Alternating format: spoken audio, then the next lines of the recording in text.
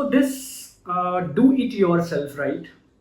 What does that mean? Like do it yourself? Oh, actually, what's happening? Let me tell you the problem first. What was the problem here? Let's say LLM, you have some private document. You are not, that LLM does not know about that particular private document or whatever the data you have, right? About that. So when you ask something to LLM about that particular knowledge which you are having in your document, it will answer you sometime. Sometimes some of the LLMs are hallucinating. When I say hallucinating, it means it will try to add some more information from their end, right? Which is not relevant, correct? So for that, to mitigate that problem, and also there is second part as well, like to give your documents knowledge as well to LLM, we use RAG, retrieval augmented generation, RAG. So in RAG, what we are trying to do, this is the architecture. Maybe you have seen some kind of architecture if you have started exploring RAG till now. So this is the architecture which RAG is using. If I tell you why this RAG is important, let's say if you have private document and you want to do some question answer on that document, then you have to use this RAG. So what's happening? You have a PDF document, you have pre-processed your PDF document. The first step, pre-process means you have passed your PDF. Now you will be creating, this is a chain only, right? This is a chain only, this is a code only, this is a pipeline only, where you will be uploading your document, and then document will be chunked into the different number of chunks. What is this chunk first? This chunk is nothing, it will break down your document into a small pieces. Let's say you have document of 100 pages. So each chunk will be having, let's say, 1 page. Why we are doing chunking? Because of model is having the problem with the context window. Like if we talk about any LLM or any embedding model or any general purpose model LLM, they are having a context window. You can't give them more than that. Okay. So to overcome from that, if you give all 100 pages to model, it will obviously it is going to break, or it is going to lose that information, right? It will only take till their context window itself. So what will happen? I'll make the chunk of it. I'll create 100 chunks. So one page will be in one chunk, right? And then after that, in the next section, there will be an embedding model. Embedding model will be there, and embedding will be created for each chunk, and that will be stored on some vector DB or on your local system or somewhere in the server itself, right? So each chunk's embedding will be stored. That is called stored in the vector DB or vector DB. That is called indexing. Okay, you have data, you chunk it, you got the embedding, you have stored that embedding where on the vector DB, and that storing that particular data into a vector DB using some index number is called indexing. Index number means you will be having the chunks embedding, respective chunk embeddings. You will be having the metadata as well for each page, for each chunk, like that, right? So this is your vector DB. Okay. First part is done. This is called retrieval part. Means your data has been processed and stored somewhere. Now the second part comes out. Here the user is standing out. User will ask some query, and that query will be again go through the same pipeline. It will again chunk. Why? Because of maybe you have asked a long query, right? That's why, and if you have a long query and if you give that query to the embedding model, maybe that embedding model will have a very lesser context window. It will lose that context. That's why you do the chunking. So chunking of query will always happen, same pipeline, right? And then embedding will be created of that chunks, and that embedding, you know, right? Maybe embedding is nothing. It's a vector representation of that textual data into the numerical data itself. There are lots of techniques to create the embeddings. I'll be talking about these particular small pieces in the next videos very briefly. Like we start with bag of words, TF-ID of word to back, and then different embedding models. So you at the end, what these embedding models will do, it will convert your text data into the numerical vectors. So you got the numerical values. Okay, you have the query numerical values, and this will be having the same dimension. You have stored your indexes. Let's say if this particular vector index on this particular vector index, whatever the data you have stored, whatever the embeddings you have stored, if that embedding is having 1024 at that dimension, then this one also having, this query is also having 1024 dimension embedding. So both will be just working together to do the similarity search. So similarity search means we'll take this particular embedding and we'll check the distance between each of the embedding of those chunks, and then we'll try to find out which of the chunks are more relevant to this particular query embedding. What it means? At the whole, it means I'm finding out the relationship between my query input and the data which I have already stored on my vector DB. This is right. So let's say you got 4 to 5 chunks which are highly related. Really highly related means distance will be very low. If distance will be calculated between this particular you can say embedding and this particular embedding values, right? And if distance is low, it means similarity will be high. So you can take, if score is high, if similarity score is high, you can take those top particular chunks, and that would be your context. So this whole part is called a retrieval now. You have the first part where you uploaded the PDF, it got chunked, it got stored on the vector DB. Now you have asked the query. After asking the particular query, you got the retrieved chunk. What it means? Till now, there is no LLM has been, or generative model has been, or any OpenAI or GPT-4 or Llama or any model has been contacted, right? Only the embedding model is there. We stored, we retrieved, right? We retrieved. So this particular part, if I tell you, this particular part is called retriever, right? So from here, this is called the retrieval. We got the retrieved data or context. Okay.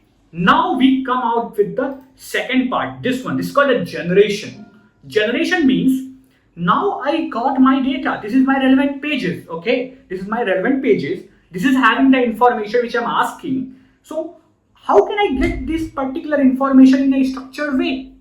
So here I'm using generative model. That would be my GPT-4o or any particular model. That model will take your pages content and the query, and it will respond you that this is the perfect answer.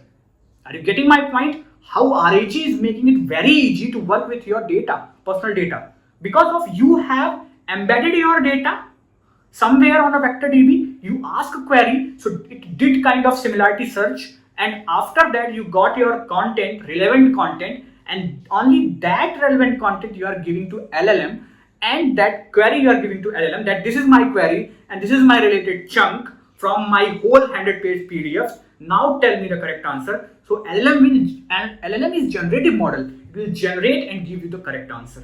I hope it makes sense. It is clear to everyone, right?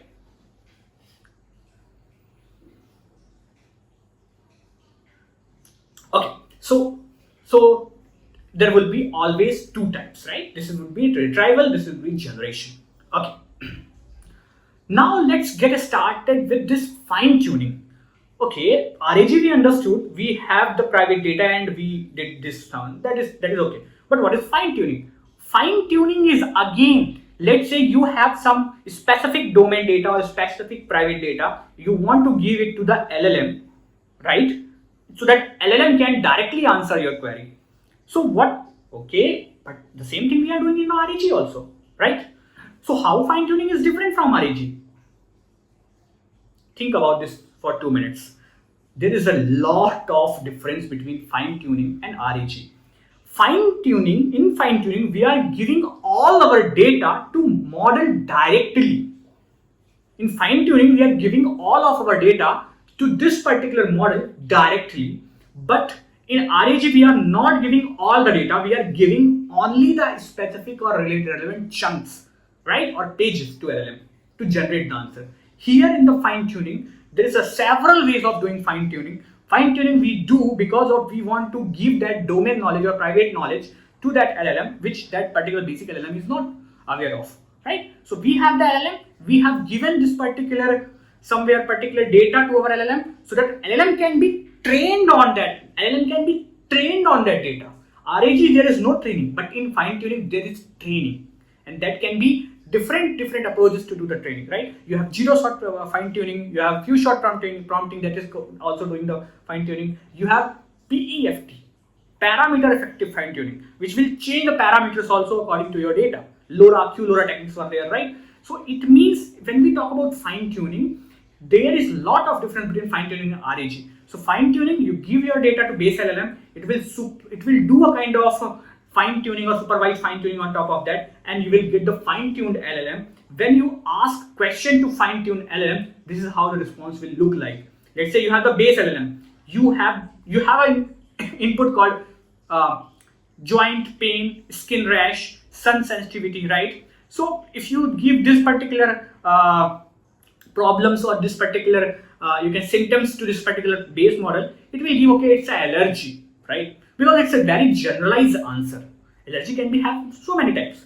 But let's say if you have fine-tuned that particular model on the medical domain, right? Medical domain itself, and if you give this particular symptoms, this model will be able to tell you the brief answer that could be systematic lumps, right? And on the different disease can be there, or specifically it is writing like you have to go through the examination and quotation cases. Like there can be a certain answers, not only the broad or a jargon or something like allergy. A broad word will be coming from there because of this fine-tuned LLM has the knowledge of that particular domain itself, right? So basically fine tuning is a very good concept and very broader concept in the generative AI. And I have seen like most of the companies are doing the same thing. They are taking a very lightweight of LLM, like a 7 billion, like a 3 billion, like a 1 billion model, and they are doing the fine tuning. Fine tuning, they have the private data, they did the fine tuning, right? So that particular model can be specifically work for their domain itself, like a healthcare domain, like an insurance domain, like a you say translation domain for a specific particular language itself, right? So you can fine tune and you can use that model. So there would be so many profits. First profit could be like you are not using a large model. You have a small model, you trained it for your use case, and you are able to use it, and it is working very nicely with your data itself, right? So that is the proper advantage of fine tuning. And I hope guys you are very clear about the difference between RAG and your fine tuning, right? So when I say RAG, guys, you know the difference between RAG and multimodal RAG. For multimodal RAG, I have already created some of the videos, and those are there in the channel. Please go ahead and watch out that. Multimodal means when you are uploading a PDF or giving a document to the particular retrieval or RAG pipeline, there in the PDF itself, you don't have only a text, you have the images, charts, or tables as well. So your multimodal RAG is able to deal with all kind of modality, right? All kind of modality, right? So that is the difference between RAG, normal RAG, and your this multimodal RAG. In the RAG itself, actually, so many things are coming up, like a Raptor, Fusion RAG, normal RAG, Graph RAG, Knowledge Graph, like so many things are there. So we will be talking about all of these things in a particular separate videos in upcoming future, right? Let's get started with the applications. What are the applications now actually? So many things were there, but what is the application of these generative AI? The applications are very broad. If I talk about the visual content or audio generation, text generation, code generation, everywhere, if you see in this particular image, everything I have, like if you talk about video prediction, 3D generation, music composing, everywhere you can use it. I'm telling you, in each of the industries, in each of the domains, generative AI can be integrated as an feature, as an feature which can help you to reduce your timing, right? Reduce the time for the work completion. It can help you to code generation, creative writing, image generation, video generations, image editing, like so many things are there, right? It's based on your domain itself. So that would be the lots of application of generative AI there, right? Okay. So I hope in this particular video I made lots of things much clearer for you. Whatever the broader terminologies were there, I tried to make it simpler for you, right? And please try to explore more about it on this part on this, but if you want you can go ahead and rewatch this particular video. You will be finding it out very useful. And if you like this particular content, or so please go ahead and like this particular video, subscribe to this particular channel, and yeah, stay tuned. And please comment out if you have any doubts, if you have any suggestions, or if you have any questions. Please comment out, and I'll look into that and I'll try to respond it as soon as possible. So thank you so much. Happy learning.